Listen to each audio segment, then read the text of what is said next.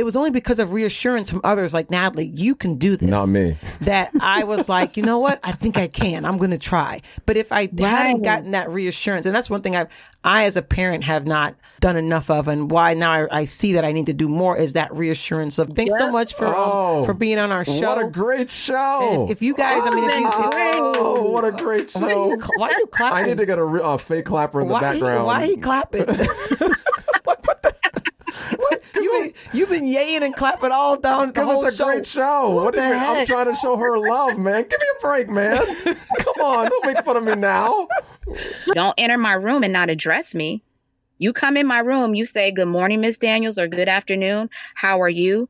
We need to get this off the printer. Is that okay? You don't just come in my room and don't speak or do what you're going to do. Right. That's rude. And one goes to private school and in person, but I have other friends whose children are still at home and doing virtual school. Like, do you have any tips for parents like that to help their kids navigate the virtual learning, and also even the kids who are in school to help fill those gaps for them, the ones that are in person as well? All right, hey guys, if it's crazy, all right, go now. Wait. Get out of there! Oh my God! Hey guys, welcome to the Family Mess. I'm Noah, and have a nice day. Good God! I love the Family Mess. Oh. Welcome to the Family Mess Podcast. I'm your host, Ian, and this is my wife and co-host, Natalie. The Family Mess, the podcast about life with kids and all things adulting. Let's talk. Natalie. Another podcast, another great day. How are you? Ian. I'm fine. I need to get my introductions a little better so I can sound like one of those cool radio You already DJs have the radio voice. I don't know what more you're looking for. One of those radio DJs or something.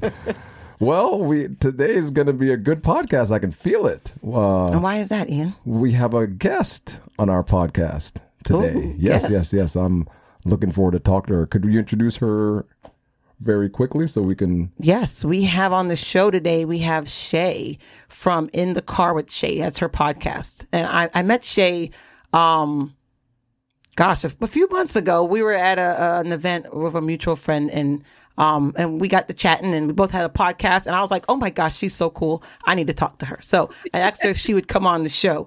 But a little bit about Shay, though. Shay is like, today we're kind of going to be talking about stuff with kids and COVID and education. And Shay is like the maestro of kids, I think. Oh, man, I heard her credentials and I felt bad. Not even her credentials. I mean, just all of her experiences and talking to her. So Shay has a master's degree in childhood education. She's been a youth pastor, a pastor. She's worked with kids in the juvenile court system, trying to help them to navigate that and not have to come back into the system. And she's worked with troubled families with helping them find services. And she's also worked with teens who were in permanent custody of the state. And I think it was Ohio, right, Shay? Yeah. Yeah. And so, that's right. And now she is now an educator. So, I mean, Shay is like, I don't know, what's the word? Like the guru of kids, I would say. Yeah. I mean, you could say that. And I am looking forward to our conversation in a few minutes about kids and because I need a lot of help. so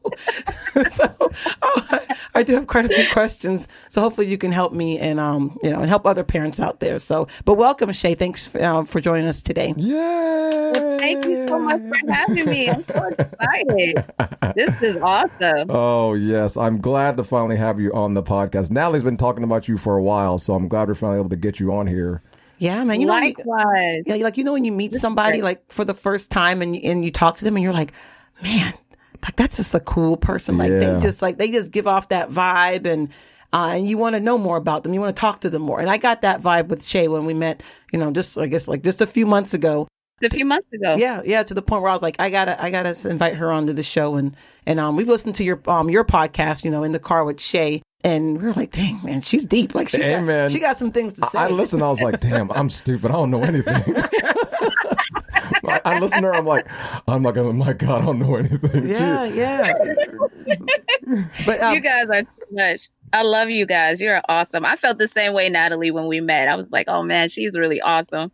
This is cool. This is great. I'm excited to be on the program. Yes, we're glad to have you here. So, Ian, what's up for this week? Man, I mean, where do you want me to start, man? It's been a rough week. Man, I started my job this week, week 1, my new job, right? And I thought everything was going to go great. And, you know, it was going great until something happened to us.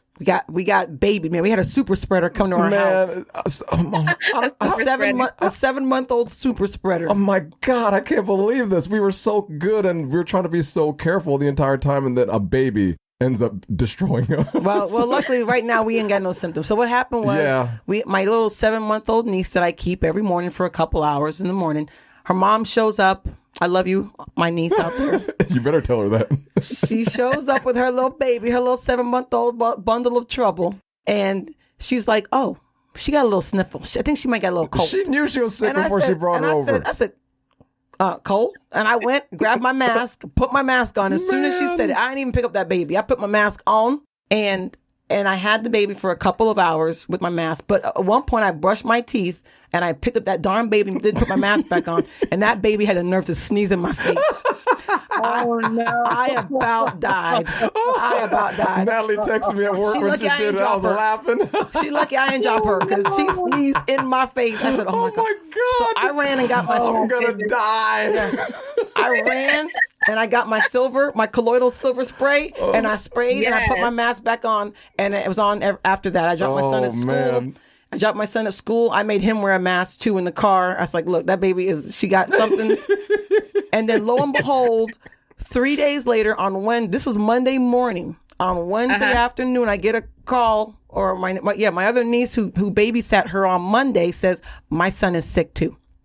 And then we get to talking to her mom, and her mom says, oh, her aunt was watching her, and she got the COVID. We're like, oh my God. Oh, then I have to call my new boss at work and tell him, I think I've been exposed. And so they take all these protocols, you know, ask me a lot of questions, who you're with, when did it happen, and now I'm in a 14-day quarantine for my job. My brand new job. I just started from a 7-month-old super spreader. So luckily, fortunately, I mean, I dope up. I've been spraying my silver. I take extra vitamins. I do all this stuff anyway. And none of us here have symptoms so far. Yeah, I think we're fairly healthy, so I think we've been taking the vitamins. At least me and Natalie we're going to get the test tomorrow. Our kids are dirty anyway, so that's probably why they didn't get nothing. So they gross dirty boys. Anyway. They're nasty. So they're boys. Listen, I understand. I got two. That's probably why they didn't get it. So. Oh, that's right, Shay. I forgot. Yeah, and she's also a mom. Yes. Oh, that's right. Yes, a wife and a Oh, mom. Well, she definitely understands 2 boys. Oh, she knows exactly what we're talking about. So I know exactly what you're going through. Yes. Yep. So absolutely, because they are not clean at all, despite their effort. It drives me crazy. We tell the young one, we have to ask him, did you use deodorant today? Every day before he goes to school. Right. Because it's not even a thought. It's not a priority. Yeah. It won't be until he starts looking at the girls. Yeah, man. The first or girl. Until some girl tells him he stank. Right. Then it's a priority. Yes. Then that stage is safe. All right. Well, let's get into Natalie's 5 minutes of pound. Yeah, I have a 21-year-old and a 14-year-old. Oh, okay. They're older. Okay, but that means she's well educated. She's well versed. Well, she could tell us then about. That's what I'm saying. She can help us out. Okay, we need help. Well, well, let's go talk in your 5 minutes a pound, Natalie. I'm gonna get this music right eventually. Man, I found a website that found music the intro, so I'll get it eventually right. But 5 minutes a pound, Natalie. How you been doing with the weight loss? Why do we even? I told you we need to get rid of this segment. I'm for real. Well, you know what I did? I said I wasn't going. No, to you said you weren't going to give up. Right. You're going to stick with it. But what happened? I've lost. Okay, so I peaked. I've gained over the last 2 months, I've gained like 10 pounds. I think just from inactivity, because I've been so busy with work and everything and just juggling life, inactivity. So I've lost 2 of those 10 pounds. Shay, did you hear what you just said? I got to start somewhere. Hey, if the scale has that same 2 pounds loss is 2 pounds loss. Thank you. Thank you. The scale has been consistently 2 pounds down, so that means I've lost 2 pounds. So I'm working. It's a slow, long process, and I'm working on it. And I don't even know right now what my plan is. But right now, my plan right now is to just HGC. No, I don't know if I'm gonna do that. I got to think about it some more. But my plan right now is just to eat real food. So I have got this lady, I'm blessed in life. So I've got this lady at my church who cooks food for us every week now. I just tell her, I buy the food, I give it to her, she cooks it. And so now my fridge is stocked. So this week I've eaten so well because I have food available to me. I don't have to cook it. So that's my new plan. I'm just going to eat real food. and I eat what she makes, and I love her. She's great, and I'm appreciative of what she's able to do because she's happy to do it. And I'm happy to eat of her food that she has made. So I think you can do this, but you just have to be consistent. If it's going to be with food or exercise, you got to do either one. Yes, I am. I'm going to start getting on my bike, and I ordered that thing. This lady, that lady with the mad booty. Oh my gosh, Shay. Natalie showed me this video. Now, it was on Facebook in my feed. This woman, Natalie goes, Ian, this is the only time I ever allow you to do this, and she showed me this video. It wasn't a bad video. Not the only time I'm allowed. It wasn't. It was a video. It was a woman. Was it a black woman? She was in really good shape. She was in really good shape. I mean, her thighs were. She had thighs for days, but she had a skinny waist. And she had a booty. Shay, it was evident. It was evident this woman never had kids. It was evident. Oh, wow. She never had kids. I'm looking at her going. But it doesn't matter. She looked damn good. That's oh all my! I looked at her and I said, Natalie. I said, yeah, she does look really good. Damn. So she had. It was when those stupid sponsored ads, and it was a sponsored ad for this fitness plan. It so worked. I was like, you know what? If I can maybe get half of what she got, I'm gonna get it. So I paid my money instantly, and I bought that plan. So that's my new thing that I'm gonna try. I'm gonna start with her plan. The commercial obviously worked, so you bought it. So thousands of other people bought it too. Oh, they did, and it was only like $20. So I was yeah, like, it's not expensive. It's like $20 for this plan. You gotta send that to me, Natalie. You gotta send that to me in the text. All what right. that product is. You're gonna make this woman rich, Shay. once I download it, I'm gonna download it. So, but I have to show you. I wish I could find that lady's picture because that picture. I was just. Wow. I looked at it. I was like, whoa, she is in really good shape. Yeah, man. Wow. So that's where I'm at with my 5 minutes. We need to cut this down about a minute of pounds until I start losing some pounds. But for now, that's where I'm at. I'm trying. Remember, I told you about Oprah. Oprah, I told Ian in our last episode about Oprah. I heard that. Yeah, you're right. Yes. So if I like that philosophy. Right. So if she struggles with this, but she's still able to be successful in life in other ways, I can manage. But Natalie, you're already successful though. I ain't got Oprah, dude. Ain't nobody on Oprah level but Oprah. But you're not Oprah though. You're Natalie. So I know. So I'm now trying to reach the Oprah. Well, I don't really want Oprah level, but that's okay. But I'd like some more success. You're crazy. Well, today we had talked with Shay about. We're going to talk about when I met Shay at the little luncheon that we went to. We got to talking about kids and parents and not. And I said to her, I think I did say to you, like, I don't think I pay enough attention to my children and that kind of stuff. So we got to talking, and she had some good things to say and about that and how to help for parents to talk more to their kids and how to get more involved in your children and their schooling and all that kind of stuff. That's what we're going to talk about today. So I know one of the things we did mention, Shay, was helping your kids during COVID, like with the virtual learning and all that kind of stuff. Yes, this has been a year like none other in that many students are learning virtually. Personally, I'm teaching a blended classroom. So I have students both online and physically in the classroom with me simultaneously and needing to teach them. And there was no model for that. So it was really, we are building the plane as we fly it, so to speak. And so there are a lot of challenges that go along with it. And I'm seeing that many students are struggling with the process, as well as a lot of parents are struggling with this whole process as related to COVID and virtual learning. Personally, for what I've experienced is that we went on lockdown as far as March. So it was right when we went on spring break, like a few days before spring break is when they determined, or after spring break, that they determined we were going to be on lockdown. So coming into the new school year, even though we were working with students for those 6 weeks or so after spring break, typically students have what we call in education summer slippage, where they lose some of the information and comprehension that they had gained during the school year just because of the amount of time they've been away from the classroom.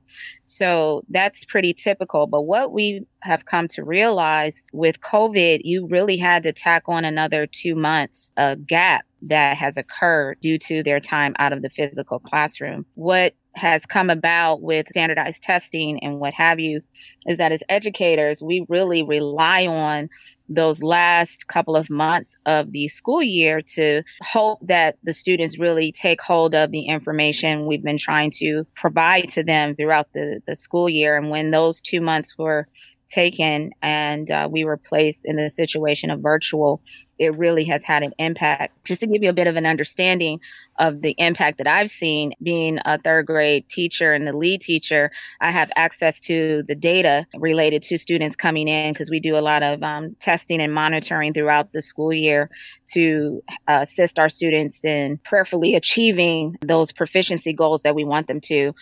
Excuse me, when it comes to the FSA. And so this last year they took the FSA. Oh, sorry to interrupt you real quick. So the FSA, that's a standardized test for the state of Florida, right? That's what that, okay. Just in case anyone out there doesn't know what that is. Right. That's the Florida Standardized Assessment. And pretty much every other state has their own standardized test that they utilize for proficiency. And so for third grade is that testing year. And it's very crucial year for students. So we are monitoring them and we're, trying to assess. So coming into this school year, we do a diagnostic test through a program that we use. And last school year, I had, with the onset of the school year, maybe 65% of my students who came into third grade reading at a third grade level and comprehending at a third grade level. And then they were around 50% that were proficient when it came to their math skills. Now, compare that to what I see this year coming into the school year. We only had 50% that were proficient with reading and only 15% proficient when it came to math. Oh, wow. So it's a huge difference coming into the school year this time around due to the effects of online learning. And this is being said with students, and I'm so grateful for the school that I work with. I teach in a public charter school, and we were blessed to be able to provide technology for our students. So we had the benefit of our students having technology, but that being the case, there's nothing that really replaces having a child in the classroom setting. There is just so much that is taken in and processed from being in the room with the teacher that is just not the same when it comes to online learning, to be really honest. That's like Samuel. Our son definitely he's a prime example of that. He can't stand online learning. But what are some tips? He hates it. He just gets angry. Yeah, he's angry now because we're on quarantine right now. He's angry. But what are some tips for parents to help their student? Like, I know some of my friends in other states, I mean, we're in Florida, but some of my friends in other states, their kids have not been back to school at all. My kids are back in school, public school, and one goes to private school and in person. But I have other friends whose children are still at home and doing virtual school. Like, do you have any tips for parents like that to help their kids navigate the virtual learning, and also even the kids who are in school to help fill those gaps for them, the ones that are in person as well? Absolutely. So one of the things that I would recommend is that, one, the environment that you provide for your student if they're learning virtually is important. I have rules for my students when they're online with me. One thing is you can't lay down while we're on and in school. We're not doing that. You're going to come to Zoom and you're going to be dressed appropriately. We wear uniforms in our school. So if you don't have on your school uniform, you're going to have on an appropriate shirt and you're going to look like you're ready to learn. And I want you to be seated at a table. You need to be at a table because you're going to need to do something that is going to involve writing of some sort, or just to have the proper posture so that you're going to be more attentive for me as your teacher. So those are, some basic things. But in addition to that, for parents to do their best to provide as little distraction as possible in the home so that the student can provide as much attention as possible to the teacher and what's being said to them and instructed. I've had some parents that have put up, those barriers like you would have in an office setting. They have a little bit of that's behind their student. Or even if they have their student's desk and table facing towards the window, so they're getting some sunlight, because that's important too. You don't want them to be in a setting where it's causing them to be depressed. You want to get some sunlight into the room. Yep, that's true. Anything that's going to provide any bright colors to keep their attention. Because in my classroom, I'm a teacher that has a lot of visual aids within the room. We do a lot of anchor charts regarding our learning standards to help the students to take in the information that I'm providing. So anything that can be a visual aid can be great to have in the home as well. And so those are some things that I recommend. In addition to that, I know that parents need to make sure that they're spending time having meaningful conversations with their student and that they're following up on the work that is being provided. And I think for many parents, they think that that's going to take hours out of their day to do this. But really, what I'm encouraging them to do can be 30 minutes out of the day. And if you are having any time at all when you're in transport, there are tips that I would provide to parents to do to assist their student when it comes to learning. Okay, so what are some of those? Some of those would be, if you are with reading, informational text for students is one of the areas that they consistently score low in. Anything that is facts-based is less interesting for most of them, so they're not taking that information in. But I would recommend reading small articles with your student, having them read out loud to you. Having them read out loud is very important because that's when you can catch any miscues. I give the illustration of if your student is struggling while they're reading to you out loud, if they're stumbling over a word or if they're skipping over words, it's a lot like if you were received a redacted document that has been blacked out. And if I were to give you a document like that and say, here, take this document and I'm going to ask you some questions about it, you wouldn't be able to provide much information because that is all missed, is all blacked out. And so for that student, when they're skipping over words, stumbling over words, having trouble decoding words, it's very much the same of like not having that word in front of them at all.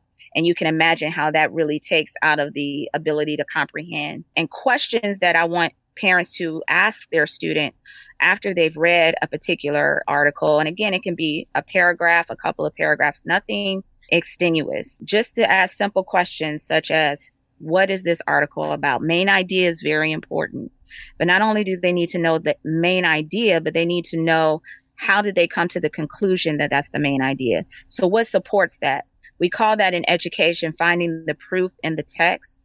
Prove it. Show me. How do you know that this is the main idea? You want them to know if there was a particular setting. Where did this article take place? Is it a particular town or is it, any details like that? What details can they provide about the main topic? Or if it is, let's say, a biography, what details can they provide about the person? If there was anything mentioned regarding their characteristics, anything like that, that's a detail. You want to get that information from them. So just very quick questions, but you want to make sure that they're able to provide details and show you the proof in the text. So those are very key when it comes to comprehension.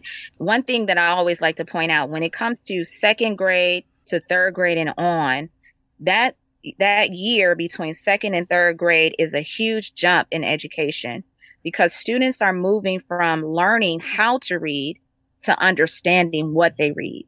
Mm-hmm. And in standardized testing, that understanding, that level of comprehension is not surface level. They're really wanting those students to connect the dot between the text and their understanding of that text. So it's really a huge jump. But the way you can help mend that gap is answering those, having your student answer those questions for you. And I cannot stress the importance of having them read, but in particular, reading out loud. And that doesn't just go for young students, but in my understanding and my education, it's been encouraged that students, even into their preteen years, to encourage them to read out loud. It really does improve their reading comprehension and reading fluency. Okay. Yeah. Cause I've always wanted to read with I have my 11-year-old. He doesn't like stuff. And and the reason when I asked you that question before when we spoke is because I know I'm not doing what I need to do for my kids, like academically, because I have so many other things going on. And I'm glad what you said today as far as an article, because I was like, my God, I don't have time to be reading the whole book with the boy every day. Right. But when you say the article, I didn't even think about that. So that is to me, a great little tidbit that I can use with him, because I know he has comprehension issues.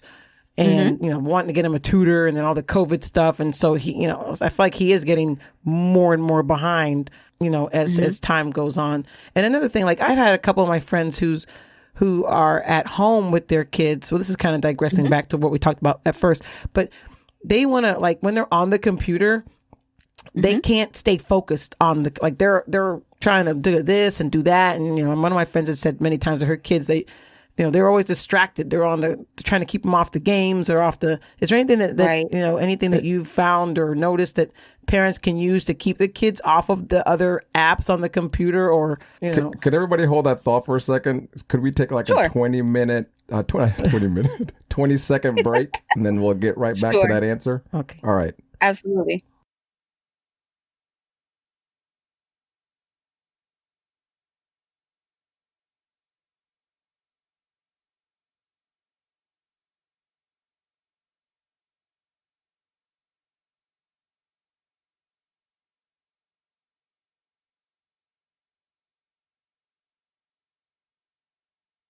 I think we're back. All right, you guys can go ahead and finish your See, conversation. don't ever break there. my train of thought, because now I don't know where I'm at.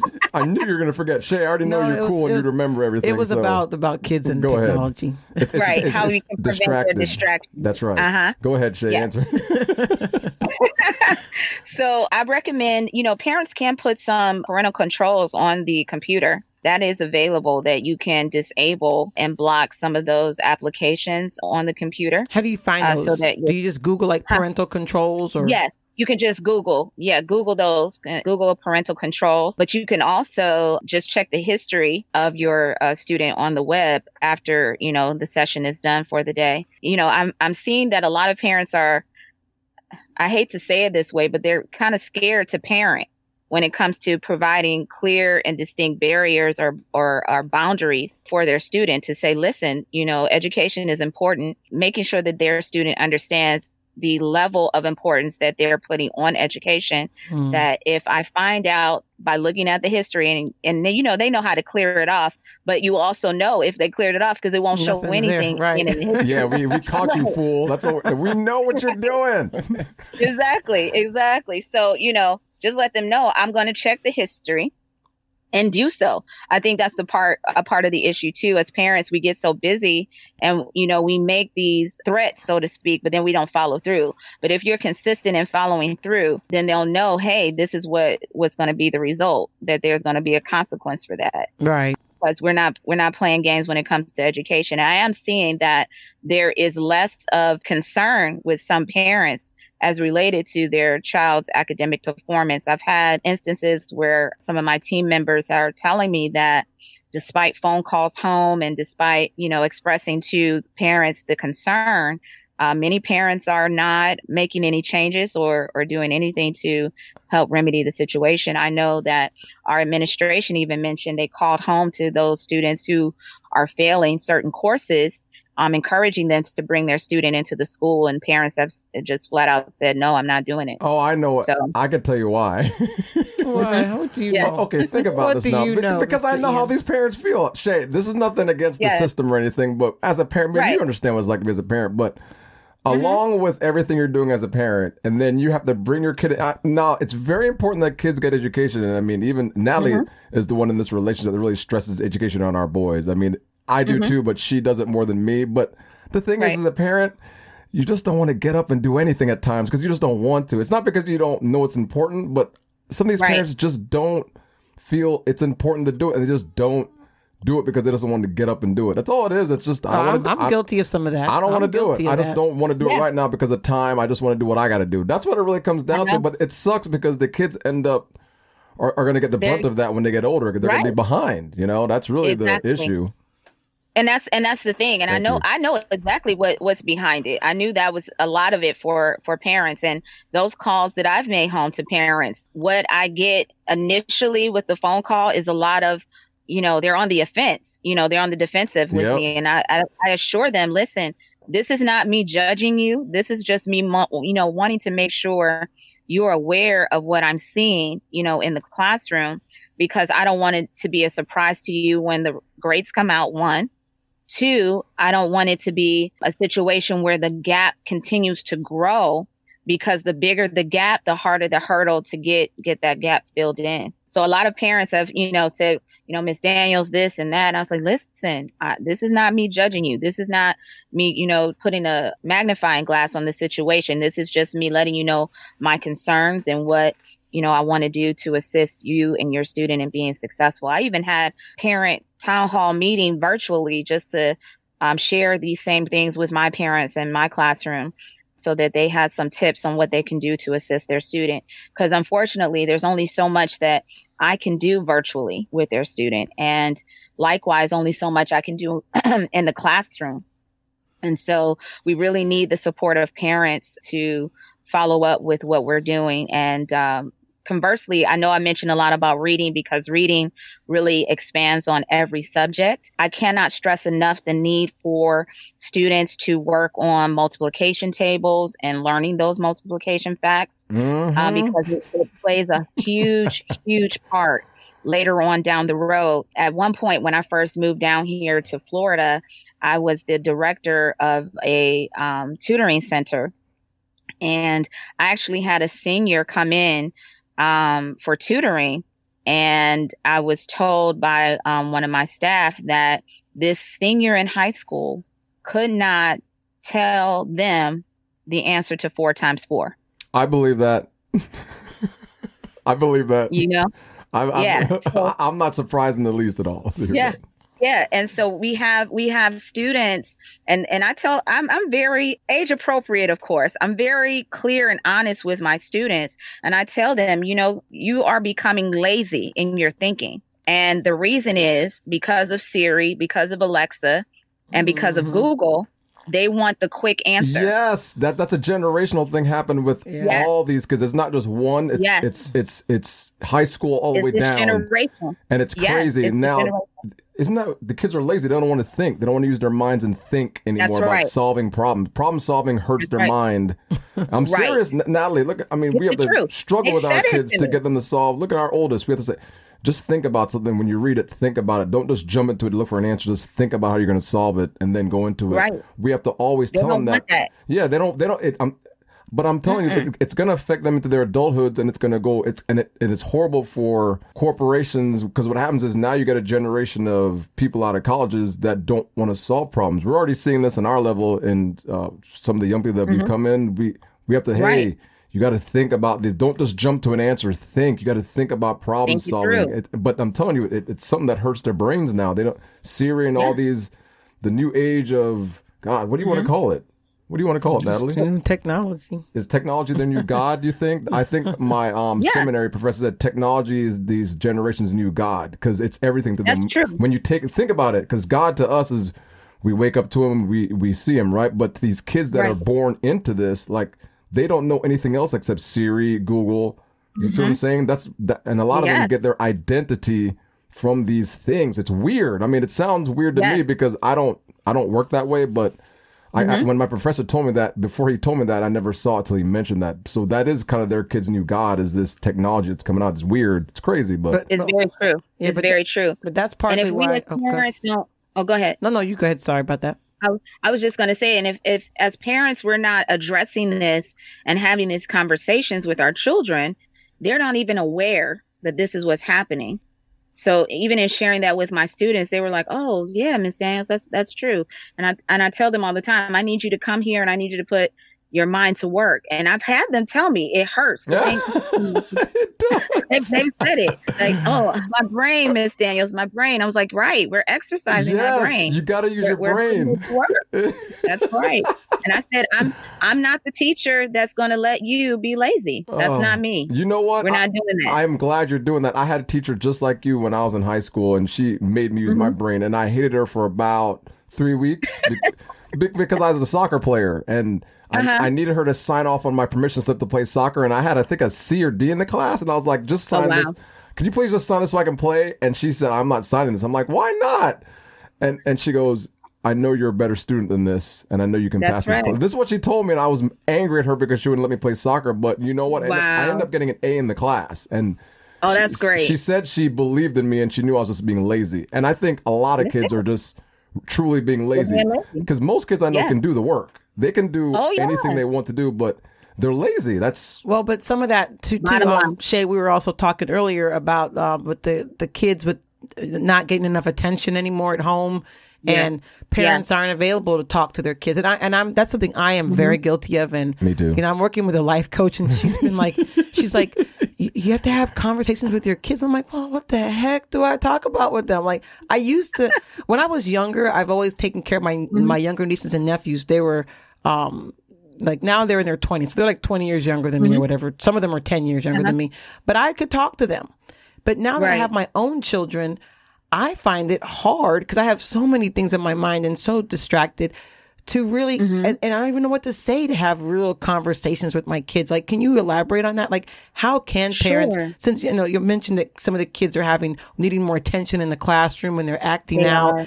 You know, how can parents, what can we say to our kids? Like when we're driving in the car, what do we say? Like, or when they're just sitting playing their video games, how do we communicate with them? You got to have answers that are questions, forgive me, that are going to, you know, require a hard answer. Because if you give open-ended question, you know what you're going to get. I don't know. Yeah. Yes. I get that from my 11-year-old. He never knows anything, or it's good. Exactly.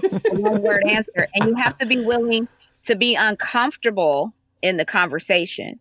You have to be willing to press them, even though it's uncomfortable. So for me, with my boys, what I would often do, especially because we were oftentimes in the car.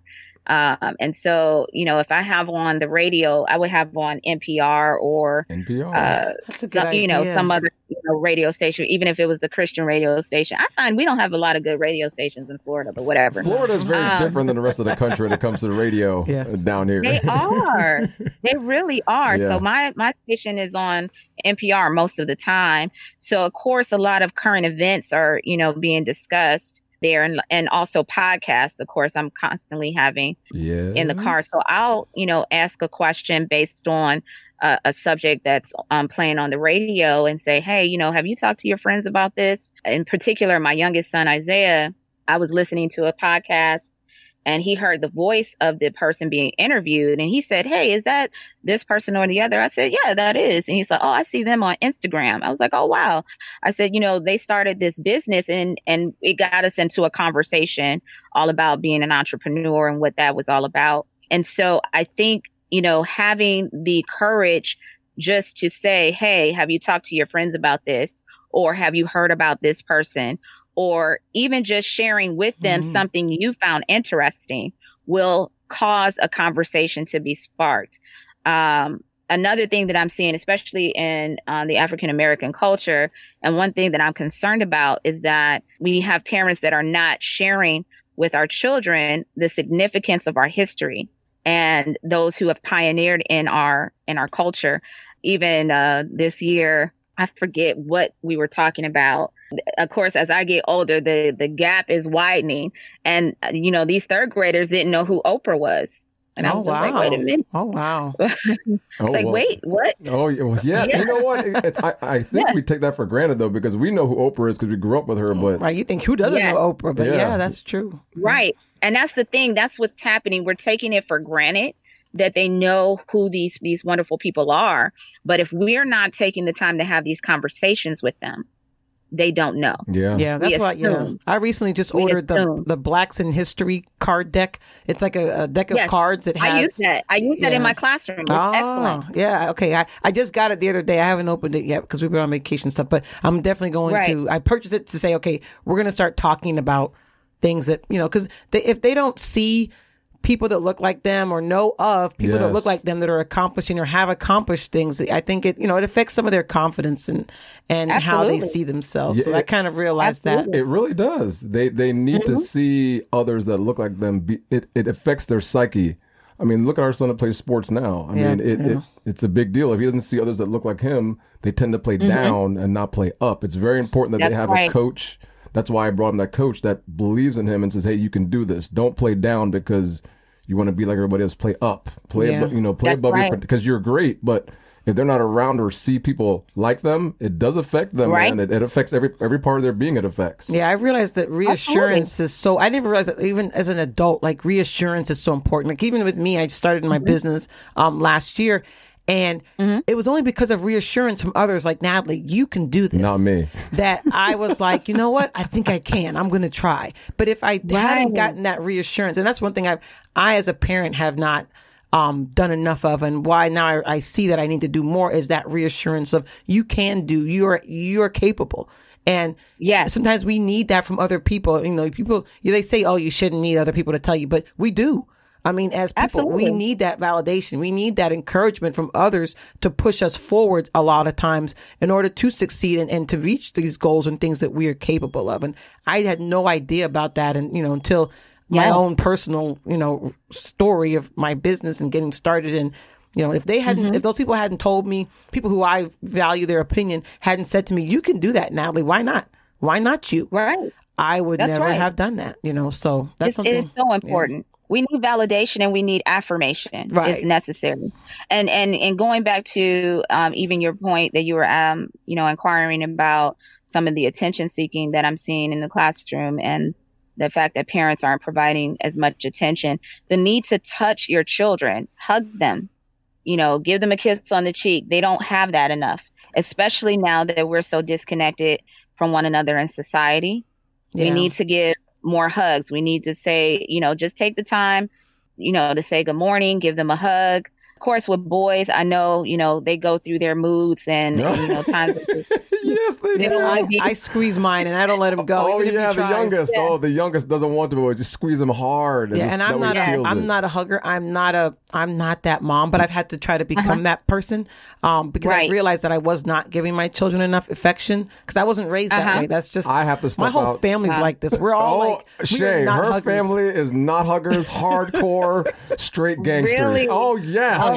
Oh, yes, man. Like, you go to their family, no hugs. Just, they'll cut you down, man. If you're not ready for it, you got to be able to take it, man. We have sharp tongues. Sharp tongues. That's an understatement, man. Come on, tell the truth. It's in jest. But yeah, hilarious. So I've had to consciously be very conscious about hugging my kids, and even when they don't want to, like my 11-year-old, he'll like I'm like, well, I'm just gonna squeeze you until I'm ready to leave, and he'll act like he doesn't like it, but I know it's doing something because the longer I squeeze him, I feel like there's that energy. Aaron talks about an energy transfer. It's true, Shay. That I transfer something to my kids. So when they have all this, leave me alone, it kind of diffuses over time as I hug them. The longer I hug them, you can feel them kind of not be as tense. It breaks it down. Shay, tell her it's true. When you hug people, you're giving part of yourself to the other person. That's why you have to be careful. How are you going to tell her to tell me it's true? That's why you got to be careful who you hug. I'm telling her this. I'm like, you can't just hug everybody. I was like, that's the truth. I say when you hug people, you're giving something of yourself. We're spiritual beings. We're not physical beings. Yes. So everything is energy exchange. And when you hug somebody, it's a real thing you're exchanging. So you have to be very careful who you hug. I mean, when you hug somebody, I would say like long hugs or even a short hug. It doesn't matter. When you hug somebody that's a dark person, it affects you because that happened to me before. You feel it. Oh yes, I hugged this. I think it was a coworker. And I was like, oh, what the hell was that? It was. You could feel it, man. Was that Satan? I don't know what was going on. Dang, yeah. But you know what I'm saying. Like, is that you? I mean, that's why I think I've hugged my boys since they were little. I've just purposely hugged them every night before they went to bed. I try to give them a hug and a kiss every single night. I've tried to do it even when they're mad at me for scolding them or punishing them. But that's a thing they've learned and expected from me. So even though I wasn't hugged a lot as a kid, I've tried to not do the opposite. I've tried to hug them and give them a lot of encouragement and kisses. I even kiss the 14-year-old and it is very important for teenagers. I kiss him on the cheek before he goes to bed every night and tell him I love him. Good. Yeah, because even I got a nephew like that. He's like, I don't hug. I don't like hugs. and he's like 6'3", I think, at 15. Oh yeah, we both hugged him. Yeah, that's right. He was like, I don't like hugs, and I don't. He's got the family gene. We don't hug, but I was, but we had to still hug him anyway. You're like, hey, you're not too old, Yeah. And the teenagers, they act like it. And sometimes us as parents are like, well, they don't want it, so I'm not going to give it to them. They need hugs. But they need it more than probably. Yeah, they need it just as much as the little ones need it. Yes. They really do. It's very true. They do. They absolutely do. And it's important for their own, emotional, mental health is necessary. And it's been difficult this year because I'm a hugger, and of course in education you have to be careful with that anyway. Right. But still my students, instead of hugs or we give the sideway hug in education. Right. I get that. Yeah. But, I'll give, the fist bumps or the elbow bumps, and I try to go overboard when it comes to the verbal affirmations, like, oh, wow, I'm so proud of you. But I'll also ask of them, are you proud of yourself? Yes, true. Are you Yes, proud of what you've done that is and very what you've done? important. Because it's very important. Just yesterday, I have a student he's a special education student, and he's been struggling. He hasn't been challenged in the classroom, and he's also had a lot of time out of the classroom, in that this student didn't even come to me until the middle of October. I didn't have any grades for him for the previous months because he wasn't in school. So he missed almost half of the first quarter. Typically, if we're doing, 10-point quizzes, or he was scoring 2s and 3s, earlier in the day, he scored a 4.5, and he asked, he said, Miss Daniels, is this a good score? I said, well, no, it's not a good score. I said 5 would be, half, and that's still an F. And he was like, okay. So I'm saying that because there's also something that I'm seeing where if a child is dealing with special education needs, I feel that there is a lessening of the standard that is happened. Yes. That we're not Yep. expecting as much from them. Yep. And that should not be. The No, I standard is agree. still the standard. Yes. And we have to keep the standard there and encourage them to reach for the standard and encourage them along the way. Well, just yesterday, we had another 2 assessments that they had to do, just little quick and huge. But he went from that 4.6 to another test where he did 6 out of 10. And I went overboard with the 6 out of 10 because I was passing. Right. Yeah. And the very last one he had to do for me, he got a 7 out of 10. Yes. That is Wow. great. It's Yeah. excellent. And I told him, I said, I am so very proud of you. I Yes. said, I cannot believe I wish I how heard that when I well was you growing did up. today. And I said, I want you to know this is just incredible. I knew you could do it. Yes. You are wonderful. And these are the things that we have to do as parents too. We have to let our children know how proud we are of them, whatever accomplishment they're making. And when they're struggling or when they need to be corrected, not be afraid to give the correction. Yes. Right. See that too. Yes. Not being afraid to give the correction and because I've had that too with a newer student as well, where I'm, letting that student know, no, this is what's appropriate and what's not. I had 2 students come into the room from another classroom because as the lead teacher, I have the printer in my room. And so they just came in the room and went and just said, well, we need to get papers off the printer. I said, hold on a second. I said, and they were about to leave out the room. I said, wait a minute. Uh-oh. I said, Oh. do not Damn. enter my room, number 1, and not say, excuse me. Mm-hmm. Number 2, don't enter my room and not address me. You come in my room, you say, good morning, Miss Daniels, or good afternoon. How are you? We need to get this off the printer. Is that okay? You don't just come in my room and don't speak or do what you're going to do. That's Right. rude. And I don't allow that in my room. Understand? I love it. Yes, I ma'am. love it. I love it. I wish more. Because you I wish can't- more teachers were like you. Oh my gosh. Yeah. Kids Because do you can't need. take for granted. Yeah, you they- can't take for granted that they're being taught manners because they're Right. not. Yeah, They're not. That's true. Because we took a friend out, one of our son's friends out, and like he tried to This like was tell us funny. what we're gonna do, He and tried to debo us. yeah, and I was like, no. I said, no, sir. I said, we're gonna do this. I said, if you want to stay here, you can go stay. He's We like, about to leave. He's like, I'm staying. I said, all right, guys, let's go. Yeah. And I went I know, right to the that's car. funny. He came running out to the car. I'm like, I told you, bro. I make the rules here. I told you we're leaving. Listen. I mean, you can't. You know, Listen. you have to show them responsibility and what the rules are because Yeah. some kids That's just right. don't know how to do it. That's what it is. They just don't They have don't. the home training, and you have to show them, hey, these are the rules here. Right, these are our boundaries. You're going to follow these rules. Yeah. That's right. Absolutely. And in particular, I got tickled. It was at the start of the year. And because this is my thing. And when I was a kid, I didn't get it. But now that I'm an adult, I so get it. One student online, I said their name and they said, because I was trying to get their attention, and they said, what? Mm-mm. And I said, What? Mm-mm. okay, let's take this moment right here. I said, this is a great opportunity. This is a wonderful opportunity that we have. I said, we're learning one another, aren't we? Yes, ma'am. I said, so as a class, I'm learning about you and you're learning about me. Yes. I said, well, this is something that you need to know about Miss Daniels. I said, what I'm about to tell you for some may seem to be old school, but what I'm about to say to you is what I call manners. And I understand that everyone hasn't been taught this, but let me teach you something. That is, if an adult calls your name, you do not answer with what? Yep. You're going to respond with either yes or yes, ma'am, or yes sir, depending on who you're speaking to. So if I call your name, do not ever respond to me with what? Is that clear? Yep. Yes, ma'am. Right, because I don't do that. You're better Understand? you're better than me because I just try to choke him right now. I'm dead serious. I'll be like, I go crazy. You're so see the way you speak to them, they'll take it. Okay, I have to. I'll be like, I'm gonna choke you right now through this phone with this computer screen because I'm tired of your insubordination, whatever this is. Well, I do want to say that based on our conversation, the kids that are in your class, they are very lucky and fortunate to be in your class and have a teacher of your I agree. caliber. Yeah, And- you are really good. Yeah, because I mean Thank you. that's invaluable. Teachers, definitely next to moms, the most underpaid as far as a job, the most underpaid profession, but has the most impact on people's lives because you can talk to anybody as an adult and say, "Hey, who's your favorite teacher?" They could be 80 years old. They'll tell you a name, and they can tell you what that person did, how they made them feel, what that did for them in their life.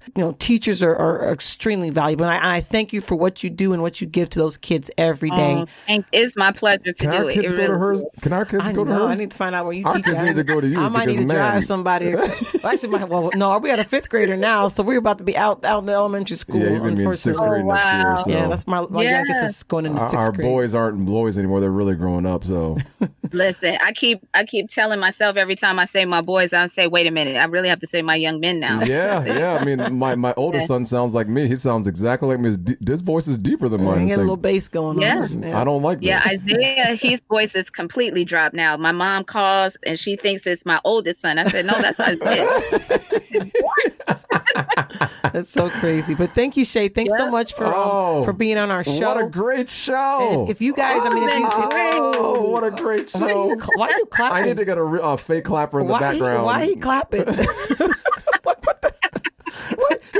You've been yaying and clapping all down the whole Because it's a great show. What the do you mean? I'm heck? trying to show her love, man. Give me a break, man. Come on, don't make fun of me now.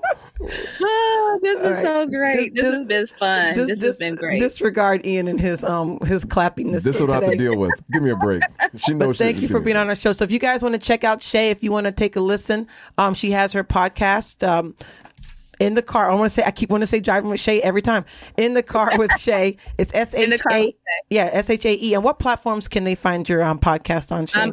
I'm on Apple, Google, Spotify, pretty much all the 9 major platforms it's being broadcast. So which is great. So the same place you find the Family Mess, you can find Shay. Oh, That's right.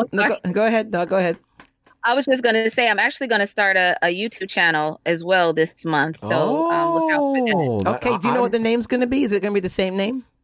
It's just going to be Shay Daniels. Okay. So Shay Daniels, SHAE, and then Daniels, DANIELS on YouTube. Right. So keep looking out On for YouTube. her.